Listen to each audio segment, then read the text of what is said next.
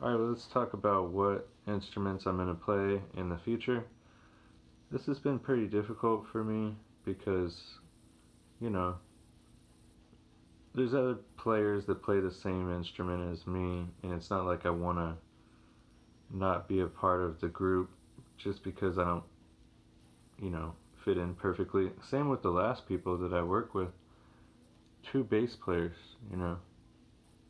and I think that's the way to go, is to work with one other person. A lot of the times when you're beginning, it was really nice that JR was able to work with me for 4 weeks straight and just hang out with me and let me feel what it would be like to play with a good musician. But now that I have, I kind of want to not let them down or even be left behind. So I think my answer to it would really be to cheat, just like anything else in life. Sometimes you have to cheat to win, if you want to win, you know. I'm not going to try to compete with the bass player. I've never met the bass player, but they said I'm not going to be the live bass player, which means I'm basically not going to be the bass player.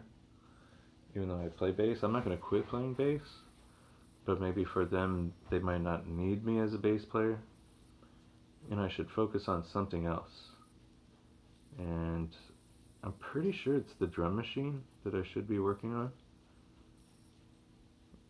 And the reason why is because they have like such a great traditional drummer, like with real acoustic drums, that I still feel like I could contribute something to them, even if it wasn't, as many years as they've built it up to be. The way that programming a drum machine, let me explain it to you guys. It's really not cheating, because to create a drum beat that's original takes about a day. Okay, so each day you'll come out with like one drum beat. Then from there, you're gonna have like a stack of them. After 6 months, you're not done. Like you're basically gonna have to continuously listen to them until you could either repair them, which I did to all of mine, or you can abandon some of them, or not touch them anymore. You know what I mean? No matter what, it's just like rock collecting. Sometimes there's a piece of gold, and then sometimes there's a piece of copper, and you like each one kind of the same. And that's the difficult part about it. You don't want to throw any of the drum beats away, really. Pretty much just recycle them. There'll be a moment for it, as long as it holds a rhythm.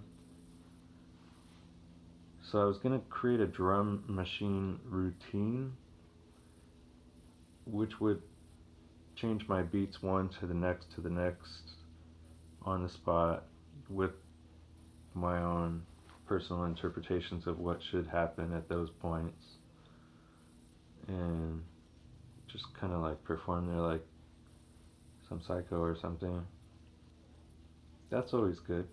And I also want to get a mixer so I could add in some other shit, like get two things going at once, or play two drum machines at the same time, two of the same drum machines with different kind of like MIDI plugins. That would actually make more sense than people think it would. It's kind of like an old school way of thinking, but it's like so basic that it's actually way more beneficial. Like when the keys player came in here, JR, the keys player. Oh boy, is he the keys player. He was like playing two freaking pianos at the same time. I was like, I'll get three down here if you really need it. And he was like, three? Three just for me? I was like, yeah. We'll give four if you want. I have four. Don't tempt him with four.